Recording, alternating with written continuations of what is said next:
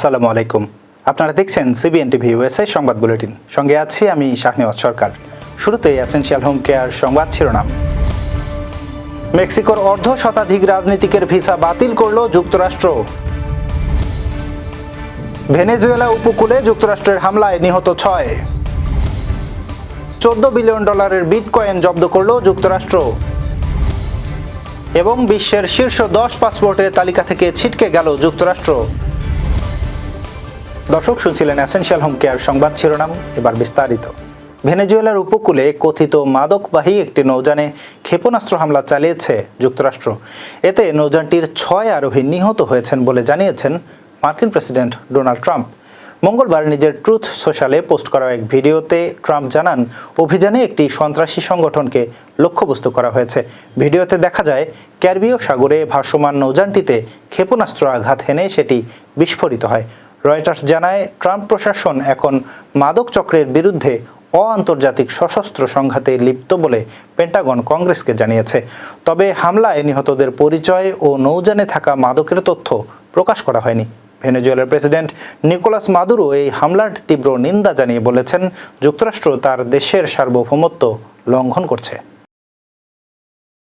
মেক্সিকোর 50 জনের বেশি রাজনীতিবিদ ও সরকারি কর্মকর্তার ভিসা বাতিল করেছে যুক্তরাষ্ট্র। মাদক কার্টেল ও তাদের রাজনৈতিক সহযোগীদের বিরুদ্ধে নতুন অভিযানের অংশ হিসেবে এই পদক্ষেপ নিয়েছে ট্রাম্প প্রশাসন।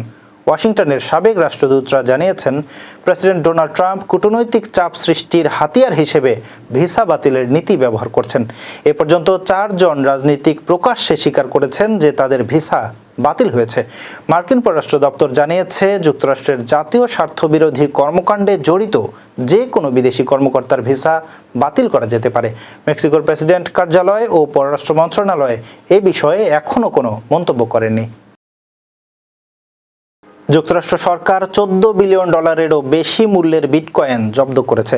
কম্বোডিয়ার ব্যবসায়িক গ্রুপ দ্য প্রিন্স গ্রুপের প্রতিষ্ঠাতা চেন ঝির বিরুদ্ধে বড় ধরনের ক্রিপ্টোকারেন্সি জালিয়াতি ও অর্থ পাচারের অভিযোগ আনা হয়েছে। চেন ঝি যুক্তরাজ্য ও কম্বোডিয়ার নাগরিক। অভিযানের অংশ হিসেবে তার মালিকানাধীন ব্যবসা প্রতিষ্ঠান ও সম্পদের উপর যুক্তরাষ্ট্র ও যুক্তরাজ্য নিষেধাজ্ঞা দিয়েছে। যুক্তরাজ্য সরকার জানিয়েছে, তারা লন্ডনে চেনের অন্তত 19টি সম্পদ জব্দ করেছে, যার মধ্যে একটির মূল্য প্রায় $133 মিলিয়ন। প্রসিকিউটরদের মতে এটি ইতিহাসের সবচেয়ে বড় বিটকয়েন জব্দের ঘটনা। এতে 1,27,000-এর বেশি বিটকয়েন জব্দ করা হয়েছে। চেন ঝি বর্তমানে পলাতক রয়েছেন। প্রথমবারের মতো বিশ্বের শীর্ষ 10 শক্তিশালী পাসপোর্টের তালিকা থেকে বাদ পড়েছে যুক্তরাষ্ট্র। হেনলি পাসপোর্ট ইন্ডেক্সের সর্বশেষ প্রতিবেদনে এই তথ্য জানানো হয়েছে। বর্তমানে যুক্তরাষ্ট্র ও মালয়েশিয়া যৌথভাবে 12তম স্থানে রয়েছে।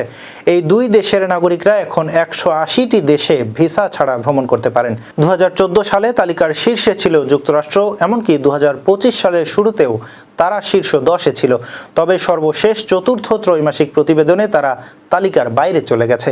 সর্বশেষ সূচকে শীর্ষে রয়েছে এশিয়ার 3 দেশ, সিঙ্গাপুর, দক্ষিণ কোরিয়া ও জাপান।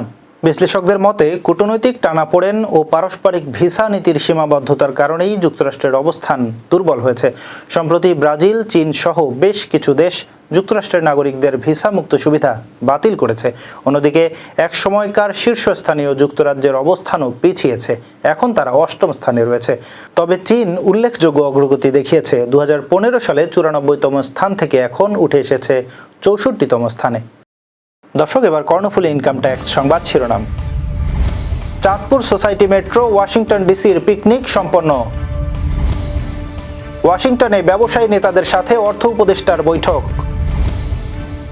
নিউ ইয়র্কে স্বেচ্ছাসেবকদের সম্মাননা দিল জাকাত ফাউন্ডেশন অব আমেরিকা। চাকসু নির্বাচনে ভোট পড়েছে 55%, চলছে গণনা। প্রবাসী সংবাদকর্মীদের সাথে তালিমুল কোরআন বাহরাইনের মতবিনিময়। এবং সারা দেশে টাইফয়েডের টিকা পেল 38 লাখেরও বেশি শিশু। দর্শক, আবার স্বাগতম সিবিএন টিভি ইউএসএ সংবাদ বুলেটিনে। শুনছিলেন কর্ণফুলী ইনকাম ট্যাক্স সংবাদ শিরোনাম। এবার বিস্তারিত। চাঁদপুর সোসাইটি মেট্রো ওয়াশিংটন ডিসির বার্ষিক বনভোজন অনুষ্ঠিত হয়েছে।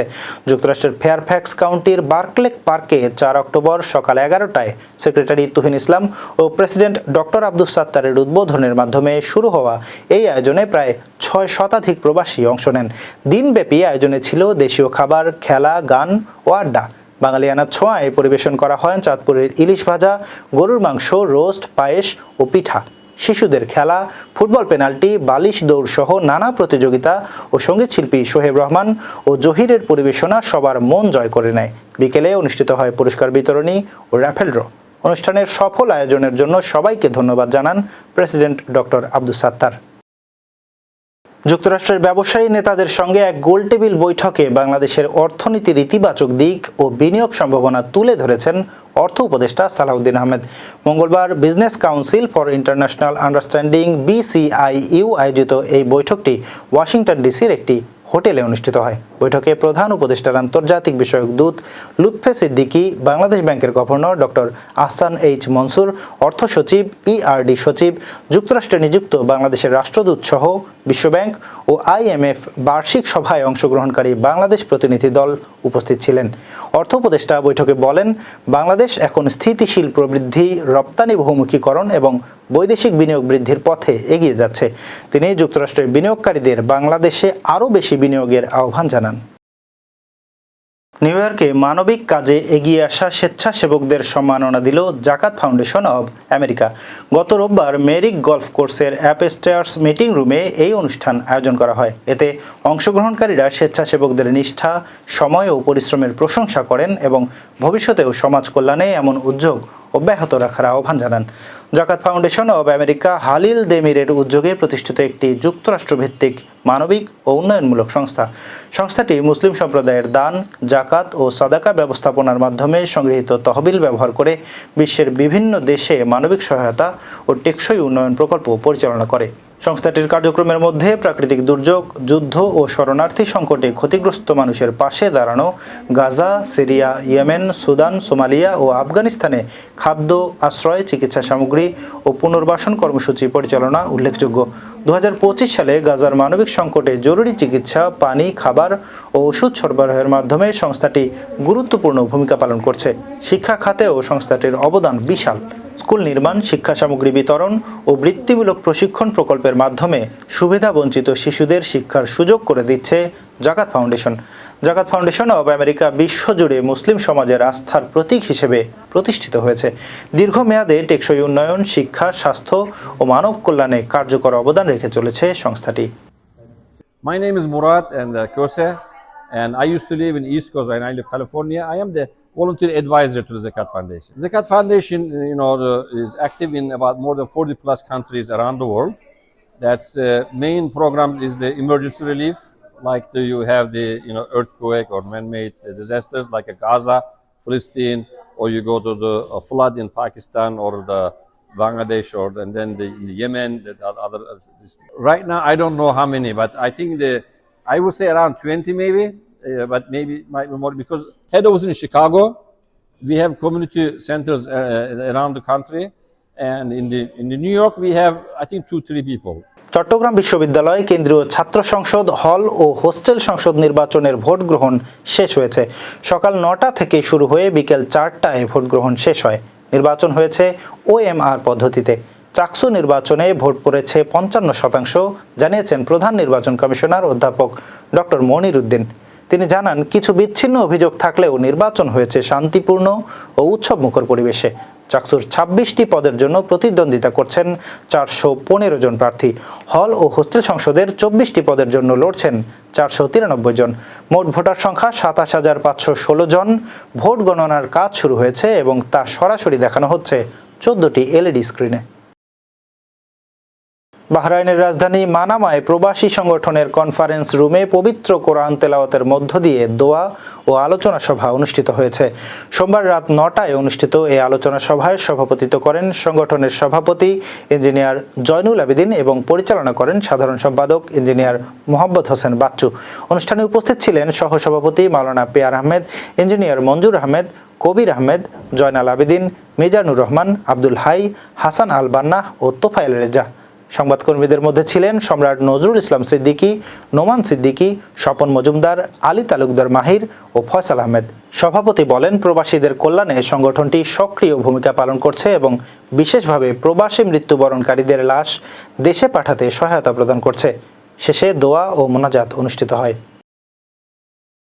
বাংলাদেশে প্রথমবারের মতো শুরু হওয়া জাতীয় টাইফয়েড টিকাদান কর্মসূচির আওতায় ইতোমধ্যে 38,37,612 শিশুকে টিকা দেওয়া হয়েছে।